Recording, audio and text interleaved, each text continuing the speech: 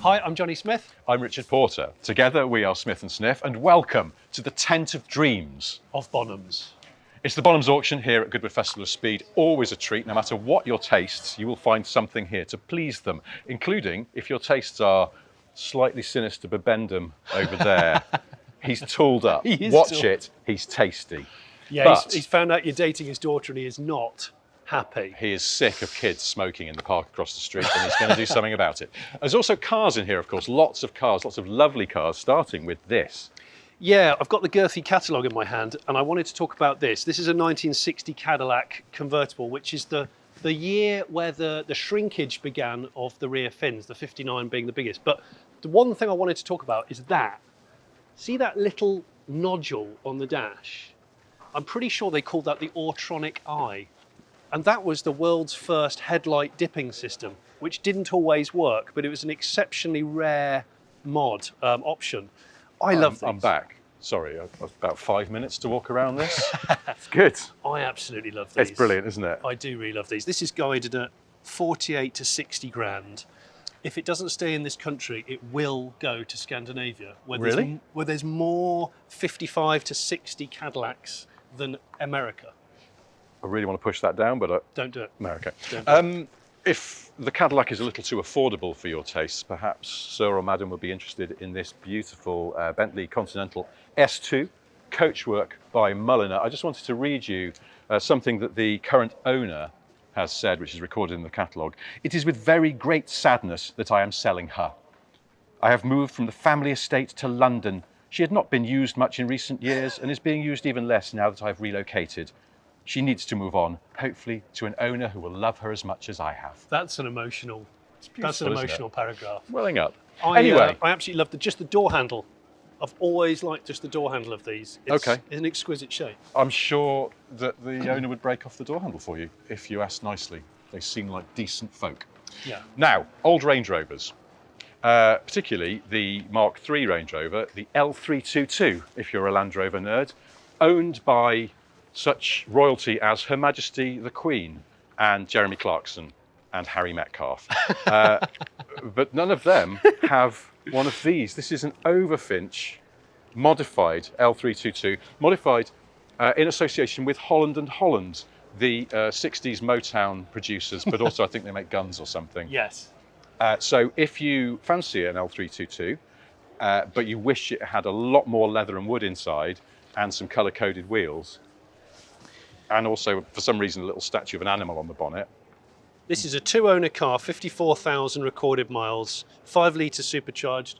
You had a 5 litre supercharged. Technically still do. I'll tell you about that later. But don't put you off this. They are fabulous cars, and don't take my word for it again. Just ask Jeremy Clarkson or Harry Metcalf or the late Queen Elizabeth II.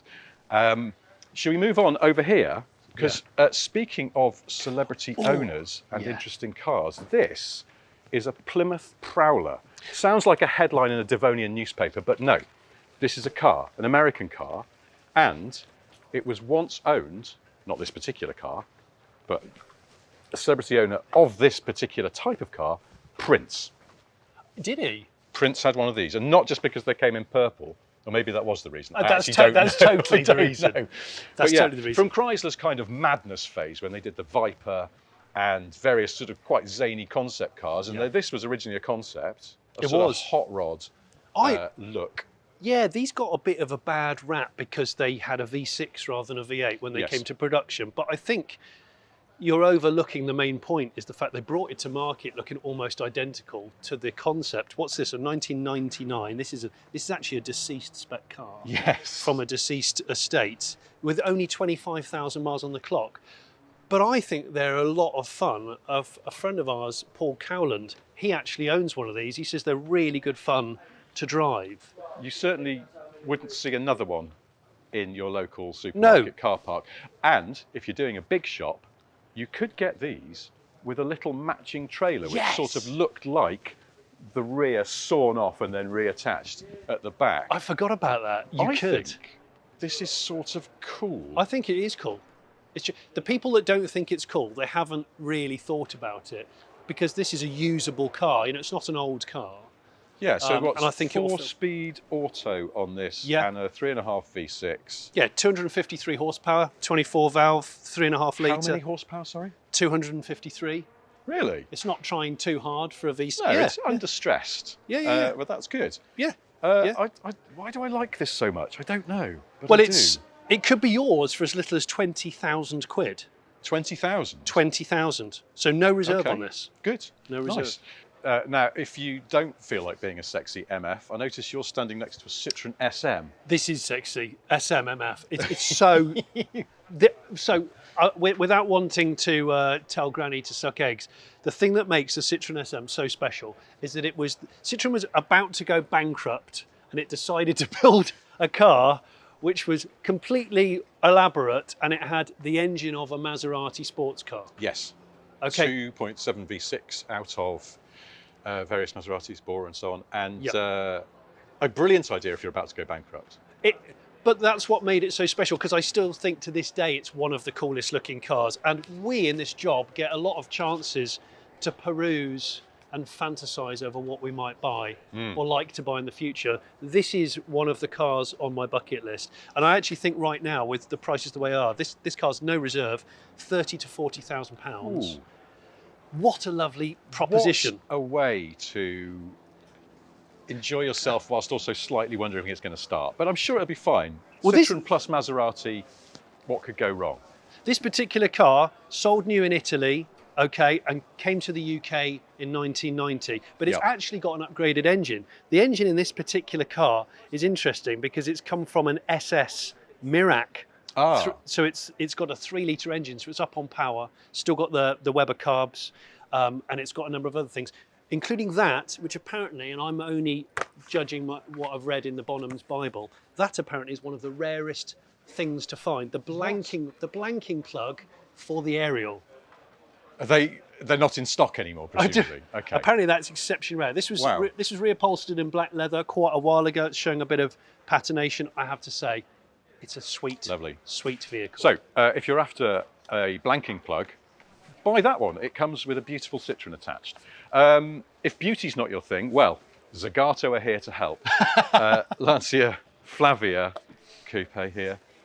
Generally a pretty car, but Zagato have done their best to sort that out for you. Look at the strangeness here. It's definitely strangeness, but you know, beauty is in the eye of the beholder. So if you've recently got sand in your eyes, then there you go. Genuine beauty, however. Yeah. Goodness. Facel Vega. See, this is proper. We started off with the Cadillac, which is obviously a bona fide American car. But the thing I've always loved about the Facel Vegas, they're not mainstream. They're not that well understood. They have the reliable heart of an American car, Chrysler V8, with this incredible styling. Have you smelt it? No, can I smell it? It smells amazing. I know that's no good to you, but trust me, it smells amazing. Oh my God, it's like a classic car shisha. Go and find a leather book that's been left in someone's study where they smoke cigars for about 40 years. Sort of what that smells like. It's magnificent. That's a classic car shisha. Look at the sculpted dash. Have you seen the way the dish on the steering wheel versus how far away all the gauges are from the driver? It's just splendid. The astonishing thing about this, for me, is that it's guided at £45,000 to £65,000. I can't help thinking that, and I'm going to use the word cheap in inverted commas, that is quite cheap for what is a spectacularly beautiful car with a relatively simple engine that should be okay to keep running, I hope. I need to have a look at its solidity levels. Also, just the name Facel Vega just sounds like an end-of-level boss. Don't you think? Mr. Vega would like to see you now. You fought him and you won. You then fought him and you won, but now you have to meet Mr. Facel Vega. When you finish checking for things underneath the Facel Vega, this is Tony Vega, come and have a look at a Lister Jaguar over here. Do you remember the 80s? If not, would you like a reminder of them? It's this, a Lister modified Jaguar XJS. This particular one is from 1989, but I would say with its box arches, very boxy arches, various bits of addenda, it's extremely 80s. In fact, it's a surprise not to find Simon Le Bon hiding inside. See, I think these cars are becoming more popular than ever now because this sort of 80s boxiness is back in fashion. And I remember being transfixed by how cool the Lister specific rims are. But these are Good all rims. These are all V12, Yes. right? 6 litre. Yes. They pumped out 482 horsepower in period. That's a lot. That is a lot. That is a lot. So And through this particular car has a manual gearbox as well, which is obviously not a given in an XJS. A lot of them were automatic. I like this a lot. So this has been in a present ownership since 2013. They only made 90 of the Lister Jag XJS. But they were tremendously expensive, if memory serves. Well, it says, according to the Bonhams Bible, in 1995, a full house conversion cost £53,500 plus VAT on top of the XJS. Ouch. Okay, I can mad. see why they're rare. But today, less than that. Guided at 45 to 65. 45 to So 65. kind of similar to the last two cars we've been talking about. I think I would still have the Facel Vega, but if I wanted to impress, I don't know, Madonna circa Like a Prayer, What? I might buy this instead. Madonna's not down with this. Can we move on? Because I would like to go and have a look at a Porsche over there. Oh, yeah. A couple of Porsches over here, actually. A 928 SE manual, rare, nice. But the one that really caught my eye is this 1985 911 Carrera. Yeah. First thing I like about it is no whale tail Yeah. on the back, and I think they're so pretty without. I know for a while people went mad for them. I think they're now starting to take them off because they realise you get the more classic 911 shape. But the other thing is, this is a one-owner car, owned from new by a lady. She owned a gallery in London. Oh, it's been sympathetically restored. It's white with a burgundy interior, 144,000 miles on it. This, to me, is just perfection. Yeah. Guided 55 to 75. Buy it now before somebody else does and then stupidly resto mods it. No need. This is great. Really good to see that the values of air-cooled 911s have sort of plateaued from the madness of about 5 years ago. And for younger car perverts who love pop-up headlights, it seems. They're not quite pop-up, but they're sort of a lifty lift. Yeah. Anyway, I want to just draw your attention to this quickly. Mustang Cobra R. I'm so glad that this is not a Cars and Coffee event. Yes. Because if this was going to leave, we'd all have to scatter. Well, there is rain predicted for this weekend, so if that happens, do stand clear of this because it's a Mustang. There's a possibility it will just start rotating of its own accord. Very quickly, as we're passing by, a Mercedes SL55. Lovely car. And you can pick them up for Not a lot of money now. relatively not a lot of money, but not this one, because this one has just 660 miles on the clock. Really? It is essentially not much more than delivery miles. So if you've always fancied one of these, but you wish you'd be able to get one when they were new, here you go.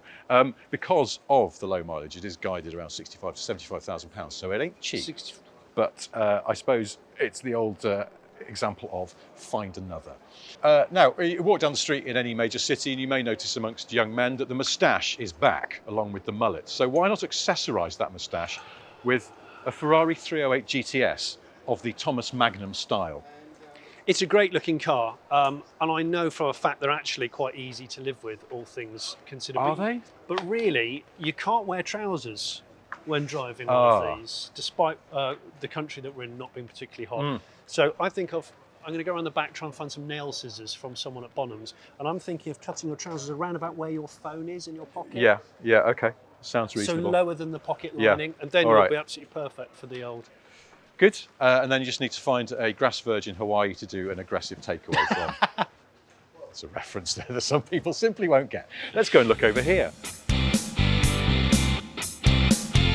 Fast forwards getting big prices at auction are not news. So popular. But what surprises me about this Group A Rally RS Cosworth is completely unrestored. Completely? Completely unrestored. It's thought to be the most original. It's an ex-Works car as well. Ex-Stig Blomqvist, made famous in Saabs and then Audi Quattros. So he campaigned in this car in the, I think, 1987. But this is guided at 165 to 195 grand. And if you think about the cost the prices of recent really nice condition Survivor RS Cosworths, they've been going for around about that money, but yet this is a road legal car, remember, because rally cars have to be road legal. Yes. So this is a usable car on the road, but it's also an unrestored, successful rally car. I mean, I wouldn't go on a 2-week touring holiday of France and Italy in it. I would. Maybe I would, I don't know. But when people talk about patina, well, Yeah. there's patina and there's patina. Look at this, the arch extensions thing's just going a little bit crazed, but it shows you this is absolutely legit. And there's even a bit of authentic grot. I've seen that. Which is because perfect. it has been used. Now, if you listen to our podcast, you might know how to pronounce this word here, Rich. I don't know if you know. Well, it's motorsports. So moving on from Fast Cossack to this. Lot 262, 1965 Alpha Giulia Sprint GTA. Now this thing, the price reflects its success, I think, £230,000 to £280,000, but this is raced at the Goodwood Revival in the St Mary's Trophy. Tom Christensen's name is on the front wing. This thing's got Alphaholics drivetrain, and it comes with spare drivetrain as well. So this is ready to race in quite a high profile event. What a beautiful thing as well. It is a beautiful thing. Yeah. But for my money, it's not as beautiful as a Metro. The Oh. Metro 6R4, Oh, which was Austin Rover's attempt to go Group B rallying. They decided not to turbocharge an engine as their rivals from Peugeot, Ford, Audi did. They went naturally aspirated, 3-litre V6 back here. I mean, it's called a Metro. It has very little in common with the car your grandmother used to have. The doors are carried over, but they're modified the rest of it. Pumped full of steroids. This particular car, chassis number 102 out of the 200 they made at Longbridge, where other Metros are made, but not on the same production line. Not the same. This has been, over the years, rallied extensively and turned to international spec. It was bought as a clubman car, the lower powered, but it's now at international spec, so 3-litre V6, about 410 horsepower, they say. It's not entirely to the spec of the cars that Tony Pond rallied in the 80s for one very nerdy reason that I've just noticed. The works cars had washer jets on the wiper arms because they were more efficient. I'm afraid with this one you'll have to make do with an old-fashioned Metro part there, but otherwise this is absolutely fantastic. Guided 150 to 200,000 pounds. I wish I had the That's money. a bargain for a Group B car. I've actually driven one of these. It's the loudest car I've ever driven, ever. It's completely deafening. I would take that risk. But it did not say Belga on the front of it, which just sounds like a massive insult. Right, if we don't walk away, I'm going to lick it, so let's go over here.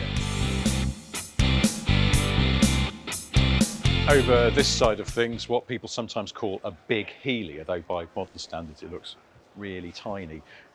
Curved A-pillars look a bit weird. Once you notice them, you can't unnotice. Anyway, 35, 40 grand guide for this one. I'm sure it's a lot of fun. But I would rather have this, which is a Fiat Dino Spider.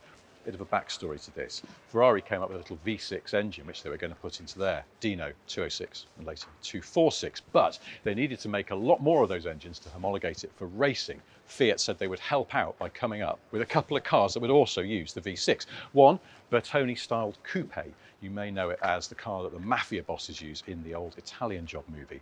But for me, the Pininfarina-styled Spider is by far the prettier car. Guide on this, 80 to 120,000 pounds. It's a lot of money, but then just look at it. And if you don't want to look at this, why not look at Johnny, who's sitting over there? They see me rolling, they hate it. They tried to catch me riding dirty. They tried to catch me riding dirty. I'm probably not going to be riding that dirty on what is a recreation of the very first car made by Carl Benz, complete with tiller steer, an extremely spindly single front wheel. Oh, and a single cylinder engine. Not AMG spec, obviously. You find me perched on the chubby sill of a Mercedes 300 SL, the Gullwing Coupe. Now, before I talk about this car, I need to say that there's a photo, an embarrassing photo of me as an awkward schoolboy in the early 90s, sat in one of these with an 80s campery ski jacket on, because my German exchange partner's dad knew someone with one. Anyway, what you need to know about this 1959 car is the fact that less than 10 years after World War II ended, Germany, West Germany, was kicking out unbelievable cars like this. This was a sub 7.5 second to 60, 140 mile an hour luxury, beautiful car. which was a space frame so it could have those doors, and those doors could stay up and keep the car rigid. There's a canted over straight six in there, so all that performance came from a straight six, not a V8, not a V12 or anything like that. And this particular car, one of only 59 delivered to the UK, which I didn't realise how few came to the UK, has the optional, highly sought after Rudge knockoff wheels. I think these cars are to die for. They are a bit hot, and I've done the Mille Miglia once, and my competitors were surrounding me, my German competitors, in these. These were hard cars to beat. But if you want a bit of pre-war German luxury muscle, speak to my friend Richard Porter over here somewhere. Gullwing's very nice, but this is bound to get even more attention, and not just because it's on a plinth. This is, now clear your diary for a couple of minutes while I do the name, a 1928 Mercedes-Benz 36/220 S-Type 4-seater sports tourer with coachwork by Sindelfingen. Now that last bit means that the body was done specifically for a customer by the Mercedes factory. It is not the same as other S-Types of its time. 6.8 litre straight six under here, as the name suggests. It has 4 seats, and you will notice it's right-hand drive. This was delivered brand new to the UK, adds to the unusualness. And early in its life, it was re-advertised by a dealer who said it could do a guaranteed 100 miles an hour. In its day, the 1920s, this was about as good as cars got. So it's quite special. It's a bit of a star of the show. The guide on this is me. 2.5 million quid. Oh yeah, it's rich. Buy, sell, bull market, something or other. Look, I'm going to need Porsche 930 Turbo, but I want the Martini limited edition, okay? Blueprinted engine, limited slip diff, orthopedic seats. And Tris, I'm going to need 2 of them. Can you help? You can? That's great. What? The white one's been written on by an idiot.